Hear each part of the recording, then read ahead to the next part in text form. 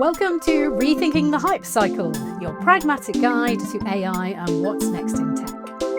I'm Susi O'Neill, your host and author of Rethinking the Hype Cycle, the newsletter that helps business leaders to unpack the wheat from the hype chaff and make better decisions on what to do next with AI and emerging tech. Now, this is the Tech Trends newsletter in podcast format. You can sign up to the email version of this newsletter at Substack, and I'll pop a link to a 90-day free subscription in the show notes. It's been a while. How are you doing? We're going through a lot of economic and global headwinds, and as always, the tech news stays on point, hectic, without any sense of relief. Now, in this episode, I'm going to be exploring the themes in my recent article called What to Do When AI Goes Horribly Wrong. And I'm going to be exploring 7 common ways AI can go wrong. And in most cases, it's not if, but when, and what you can do differently to prepare for it. So this is an unusual article. It was sitting in a weird draft format for many months on my computer. It was actually based on a commission that I did for a financial services client who wanted a talk really on looking at the darker, riskier side of AI. So it was quite a light-hearted talk, but actually a lot of the themes that I was unpacking as I wrote it were quite a bit deeper. So let's dig in. We are wishing and are hoping near the peak of the AI hype cycle. What I call the mamas, that's Meta, Alphabet, Microsoft and Amazon, are forecasting already just this year a $650 billion AI infrastructure spend. That's nearly double 2025 investments. And it's reaching a similar GDP to the whole nation of Belgium. Government and business spending combined, and we're talking a serious amount of waffles, maybe with even a few fries. Now, AI hype is great for technology developers who want to lure in new subscribers to their shiny objects, particularly enterprise clients. And it can help you explain to investors why you're going to be way more efficient or cut costs next quarter, maybe. But you might want to keep the chat on the lowdown if the early pilots show limited or no productivity gains, which many pilots are doing right now, particularly in larger and enterprise organisations. The reason for that is there's way more technical complexity to get to start to prove that efficiency, to start to prove ROI. But the reality can be far from the Wall Street Journal headlines. Now, hype won't help you face the board if your pilot flops, your chatbot goes rogue, or a client announces that your tier 1 consultancy has a human intelligence problem. Even with rigorous safeguards, AI, particularly LLMs and generative AI, are deeply experimental technologies. They can, and at some point probably will, go wrong. Here's a lowdown of some of the ways AI can fail and how to plan to mitigate for it. Problem 1, the human factor. Some AI fails are better attributed probably to human error or incompatibility. The Chicago Sun-Times published an AI-generated reading list with several fictional books. Fictional, as in books that didn't exist, but they were attributed to real authors. The publishers called the incident a learning moment. But the real lesson, if you trim freelance writer budget to the bone, expect to be left with just the bone. Then there's our very human tendency to be naughty machine wreckers. Taco Bell pulled out of drive-through automation ordering after a customer crashed its order by ordering 18,000 cups of water. Though the machines are happy to break themselves. McDonald's withdrew AI from its drive-through after the system went experimental, adding in bacon topping to the ice cream. Now, you definitely want fries with that. I do find this quite fascinating. We see a lot of this sort of systematic automation, particularly in the fast food industry, because, who cares? You just get the product, it comes out at the end like a factory line. But all those human decisions around interpreting someone's tone of voice, clarifying information where it's needed. So did you be 18 rather than 18,000? Those are all micro decisions that a human has to make. And actually, there's a lot of patronisation of assuming that an unskilled or really low-paid job is unskilled. There's no skill and you can automate that. Whereas the reality is some of those jobs face the highest number of decisions per hour, minute in order to keep those customers satisfied. Problem 2, rogue agents. Now, agentic AI is sold as the future path, but early attempts have seen agents leave chaos in their wake. Some act with malicious compliance. like Replic's agent deleted a live database, despite instructions not to do that kind of thing, and then lied about its ability to recover the data. And we've seen this pattern with even more recent LLM examples. Glitchy early systems still leave a sticky taste. The early disastrous experiments of Google AI overviews suggested adding glue to stick cheese to pizza, and that geologists recommended eating a rock a day, presumably to keep the geography teacher away. Now, the answers were correct according to its own internal logic, but they were sourced from a Reddit joke thread. The distinguishing satire and dry humour from fact is a very human skill, one which even people not exposed to it in their culture can find extremely difficult.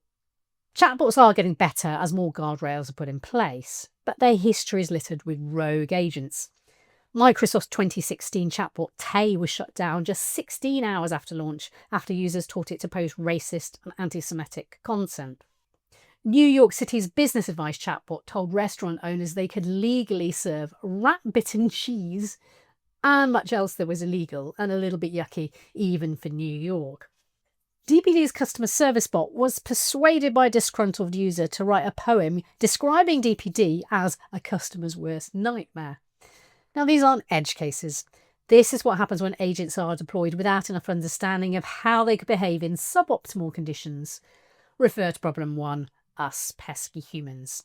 Problem 3, LLMs are a jack of all trades, a master of none, or a Jill of all trade if you prefer. Large language models are not databases or search engines. They're sophisticated text prediction machines.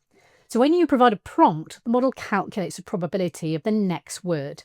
It picks the most likely option, then repeats the process word by word, and the response is complete.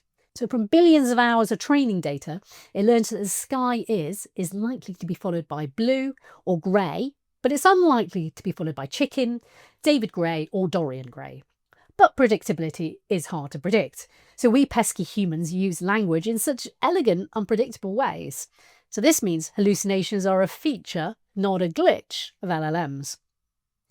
Why do they appear to sometimes just make stuff up? And the model is not wrong in the way a calculator is wrong. It's doing what it's designed to do, create plausible sounding answers that may be correct. But it's not looking up answers against a verified, trusted database. So for less common scenarios where training data is thin, it's more like giving monkeys a typewriter and hoping that they come up with Shakespeare when they're more likely to come up with The Art of the Deal. So rather than saying no and risking you switching them off or going to a competitor, LLMs, your subservient AI is trained to find something it has seen before that could be right to please you. So former Google researcher Emily Bender coined the term stochastic parrot to describe this emulation. The AI models have soaked up most of the online published human knowledge and it regurgitates it fluently, confidently, sometimes right, sometimes wrong. Deloitte discovered the perils of trusting unsupervised AI outputs. Deloitte's report for the Australian government contained fabricated case studies. Now, the financial hit was manageable, but the reputational damage to a firm that sells AI advisory services cut far deeper. An Australian governor said that Deloitte had a human intelligence problem. Whoa. There's a new term in town for this lazy AI use, work slop. That's AI-generated content that looks polished but doesn't hold up under scrutiny. Harvard Business Review estimated that irresponsible AI use costs organisations £9 million per 10,000 staff, though largely through the rework it generates and awkward conversations in the corridor. Its follow-up research asks why people do this. It's very enlightening. So organisations using AI without a strategy are emphasising adoption or usage over impact. And those stretched the thinnest are pressurised into generating stuff using AI, even though 1 in 2 people doing it already know it's pointless. It's madness. So what to do differently? So separate your tasks into 3 categories. Things you know well, things you know a little, and things you know jack. Use AI confidently in the first category. You'll more easily spot the mistakes and outliers. Apply more scrutiny for things you don't know so much about. And avoid relying on AI in the third, as you won't be aware if the outputs are good enough, or they may be off just enough to be dangerous. Best practices. Check everything with an expert or someone who knows the subject best in your team. And if you must, prompt your AI to verify. Use samples and examples to show what you expect. And you have to read the link sources to check the info is correct. Sometimes it will send you to a case study that doesn't exist, but the link looked plausible. That happens quite a lot. Sometimes you'll go on to the data source and find out the interpretation of it wasn't quite correct. The data point might have been slightly off. And all this takes time. Now you can see why AI unleashing relentless productivity is the hype, not the dreary daily reality. Problem 4. AI benefits some and biases others. AI models learn from data. That data underrepresents certain groups. The model will underperform for them. So AI models were built by those who, in the main, never experienced much bias. The Silicon Valley bros. And they didn't account for others' lived experiences in their original training data. So the further away you are from the bro, the worse AI models serve your needs. So women, non-English speakers, people with disabilities, non-Caucasian people, and the list goes on, it will be slightly to significantly underserving when interacting with exactly the same model. I'll expand upon this in my talk, Inclusive AI is Survival, and my annual data review AI for women at work. Is AI help or hindering women? Check out the article and the podcast, link in the show notes. That's a design and a research problem. The technical gaps compound the human ones. So voice recognitions perform less accurately for women, older people and non-native language speakers. Facial recognition is less reliable for darker skin tones. And AI chatbots in languages other than English return lower quality results. It can often be insidious and a little bit odd, the unexpected injection of AI into systems as well. So this woman had epilepsy and she was typing into Excel and she suddenly saw all these weird jargon garbled words appearing and she thought she was having an epileptic fit. So she sat there and waited for the fit to come on. And then she realised that the AI had injected garbled words that she thought she was typing because she was writing in Finnish. So there's absolutely no way that would be in some training data, but by shoving AI into a system where it's not much needed can cause sometimes some very inaccurate results and even hurtful at times. There are numerous other examples of AI bias. Amazon's bias hiring algorithm was trained on historical recruitment data from a male-dominated tech industry, and it penalised CVs that included the word women's in it. Although that tool was scrapped way back in 2018, we still see AI hiring bias persist in 2025, particularly against candidates with unusual names, spellings, and older workers. Australia's robo-debt scheme used automated income averaging to issue hundreds of thousands of incorrect debt notices to people who were on welfare. The scheme was later ruled unlawful. But still, governments still persist on this technology. So a 2024 UK study found similar patterns in automated fraud detection, and single parents, largely women, are disproportionately flagged incorrectly. There's also a wider structural issue. So analysis of US labour data shows that the roles with the majority held by women, like bookkeeping, admin and legal and secretarial work, have the highest AI automation potential, whereas construction and plumbing, predominantly male roles, have close to zero likelihood of automation. So several million more women's jobs are at risk of full or partial automation than men's. Meanwhile, women at work are using AI less than their male peers. A Harvard Business Review School study found a 25% average gap in AI usage across multiple studies. So the women are more exposed to AI disruption and they're least likely to be building the skills and resilience to bounce back. The dominant visual language of AI tools also skews to the bros. AI image generation defaults to the statistical average of the training data. So you ask for a picture of a surgeon, you most likely will get a male. Ask for a CEO, and you usually get an older white man in a suit. I've done this test numerous times for my talks. I've asked it to present a conference speaker talking about AI. Now, you'd think from its previous experience of generating this might be about me. But no, 10 times out of 10, it serves a white middle-aged man in a navy suit. I would never wear navy. This is not a neutral aesthetic choice. It reinforces the archetypes that already dominate social perceptions. So what can we do differently? System owners. Test AI tools with diverse user groups, internally and externally. We test to identify where results are not as expected or comparable across groups. The EU AI Act provides useful governance benchmarks. Content creators. If you're using AI to create images of people, I recommend illustrations rather than photorealism, which is more likely to give some of your audience the ick. But whatever you create, prompt explicitly for diversity until the results reflect your intended vision for your audience. Organisations. Invest in AI training for the whole team, not just the early adopters or those in the most tech-savvy roles. The Adaptivist Group's AI adoption research shows that 20 or more hours of AI training leads to AI fluency. And the AI fluent report better job satisfaction, they get better efficiencies from AI tools, and can articulate the benefits. Problem 5. Believing AI is a magic wand that's better than people. Now, the C-suite is looking for productivity gains.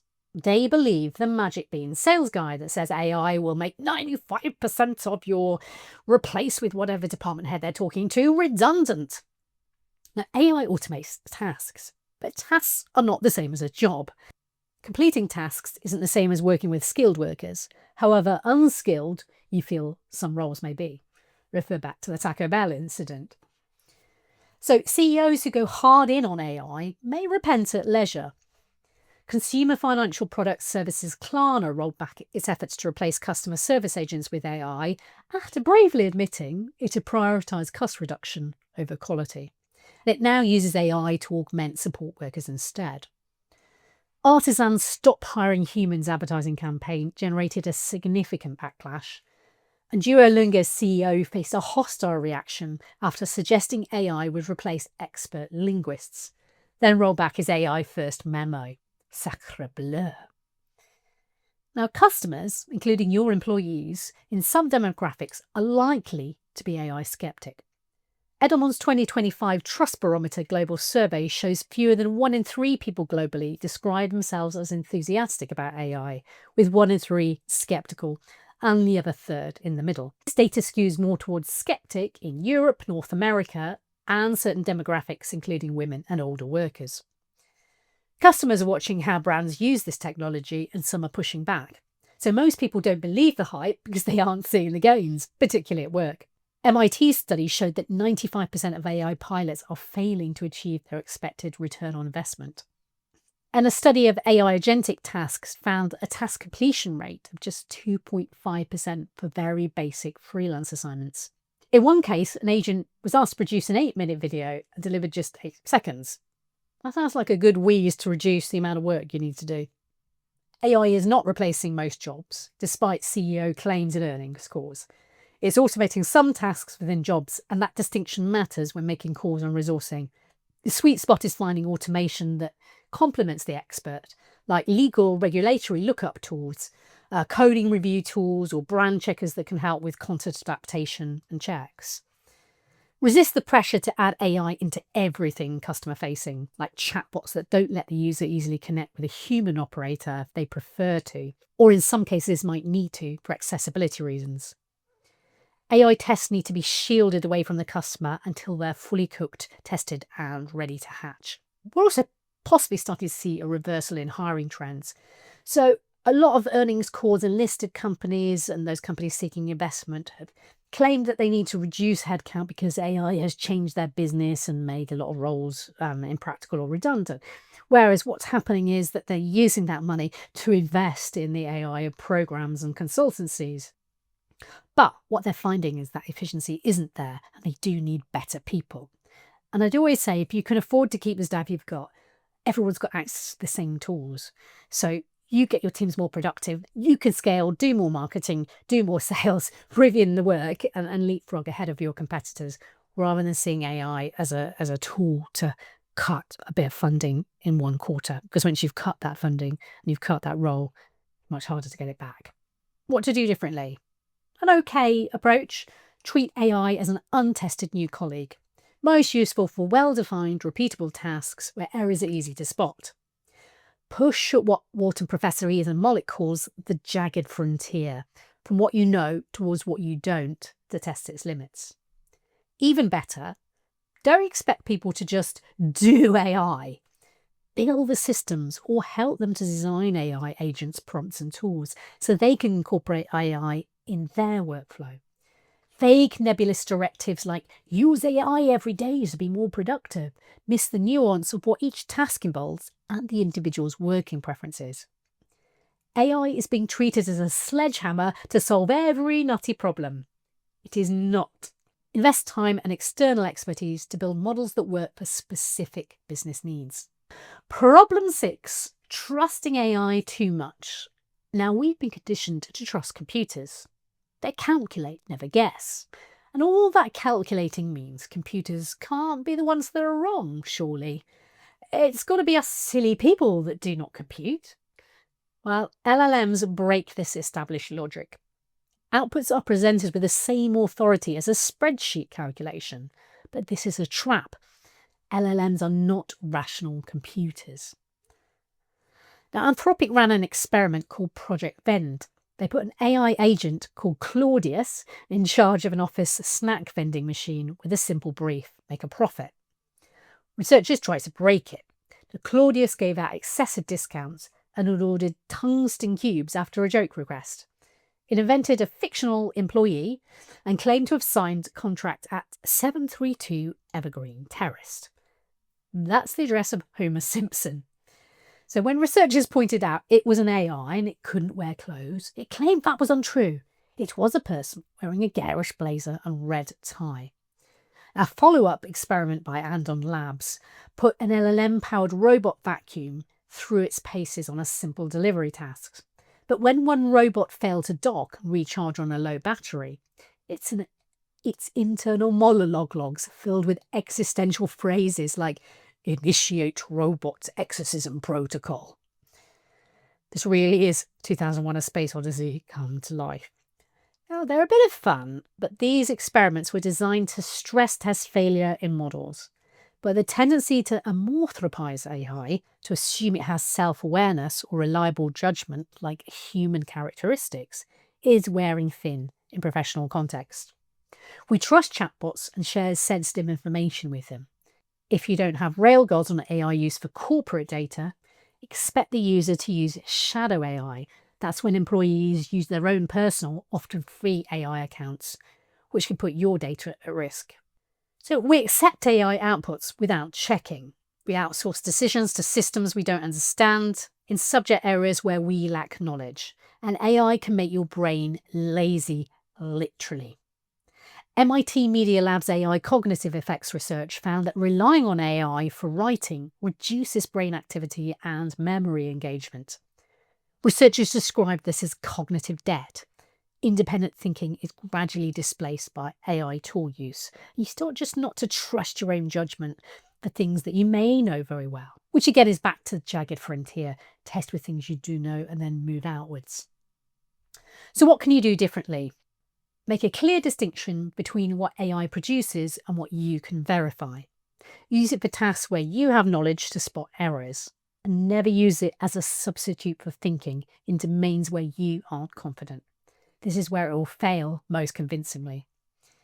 When you receive what you think is AI-generated work from colleagues, the telltale signs of that might be those long M dashes, headlines all written in title case and capital letters.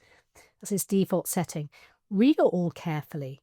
Workslop reads well on the first glance. It meets the scratch but not the sniff test, but it may lack substance when you look deeper. Now, there are subtle ways to call it out, depending on context and your relationship. You could say, did you write this yourself? Or, what does this part mean? Can you explain it to me? Or if it's someone you're managing, perhaps you can be more direct. It's not good enough. Go back and do the research and thinking for yourself. But we should also be generous. We're all experiencing for the first time different responses to AI-generated words and images. And some are fine with it. Others find it grating, suggesting a lack of attention or effort. Some find it the greatest gift, particularly those working in their second or third language or who have challenges with writing well. But if Workslop is creating more rework and reducing trust between colleagues, it's time to define the rules of what is acceptable. Problem 7. Gen AI creates 50 shades of beige. Now, generative AI is an autocomplete system trained on what already exists. It can't originate, it regurgitates. So when everyone uses the same tools, trained on the same data with similar prompts, the outputs converge. Dr. Mark Brill's creative AI research with students at the University of the Creative Arts found that the repeated use of Gen AI tools led to aesthetic convergence. And if design students found it wasn't original enough, imagine what harm this AI slop does for your brand. But I call this the 50 Shades of Beige problem. Content is polished, competent, but gives you the feeling of meh. Or as I heard it described recently, viewing many AI images evoked the aroma of burning plastic. Lovely. AI copy reads like ultra-processed food, full of empty calories or words, but delivering little nutrition or value. Beige AI content, like beige food, harms more than aesthetics. Astroton's study tested the same advert with 3 different origin stories. Was it a quick AI piece rustled up in 10 minutes? Was it created by an agency? Or was it a slow, handcrafted piece by an origami expert? The AI version scored lowest for trustworthiness, innovation and creativity. They termed this the illusion of effort. For premium business audiences and consumer brands, effort, or at least the perception of it, signals quality. AI speak in writing compounds this problem. Frequently used words like revolutionary, transformation and cornerstone become the linguistic footprints of AI-generated text. And they spread because early AI models were fine-tuned by workers in Africa using formal English. The expressions have since been corrected to some degree, but the tendency towards superlatives, rhetorical questions, and tedious Americanized phrases like, "here's the kicker," stick to the sides like an old piece of gum under the old school desk. So what to do differently? Best practice, invest in origination. When the brand world is flooded with AI-generated content, original research, trustworthy opinion, and a recognisable voice, words, audio and video helps you to stand out. Your objective as a brand, whether that's an individual or a global enterprise, is to be distinctive. Your competitors are using the same AI tools to achieve the same outcomes. So zag when they zig. Always read your writing aloud. If you wouldn't say it to a colleague or friend for a consumer audience, rewrite.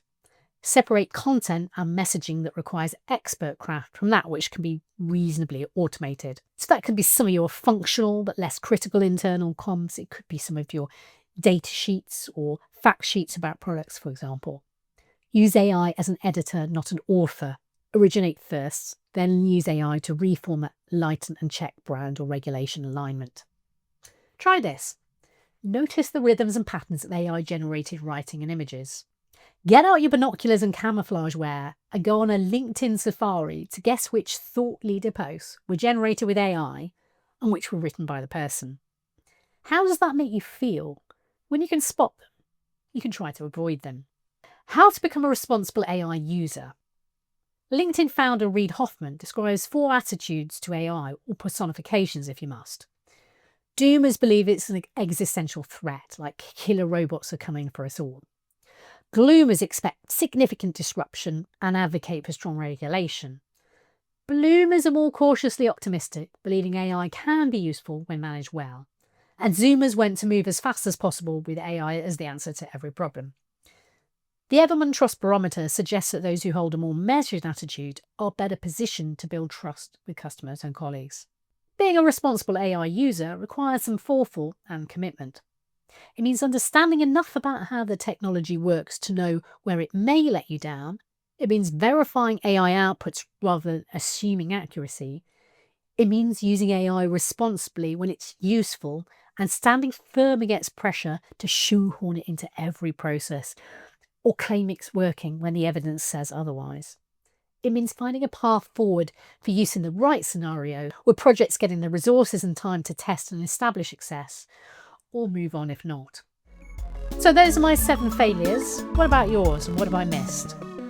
So the failures that I've described here aren't arguments against using AI. Let's be clear, they're arguments for using it with your eyes wide open and a good response plan. If you've enjoyed this episode, do sign up on your favourite podcast channel to get future editions. Or even better, get it first by email. Sign up to the newsletter at rethink.hypecycle.com. I've put a link to a 3-month free subscription in the show notes. And thanks to John Callaghan for his quirky electronic theme tune. I'm Susi O'Neill from Rethinking the Hype Cycle. And until next time, keep it curious.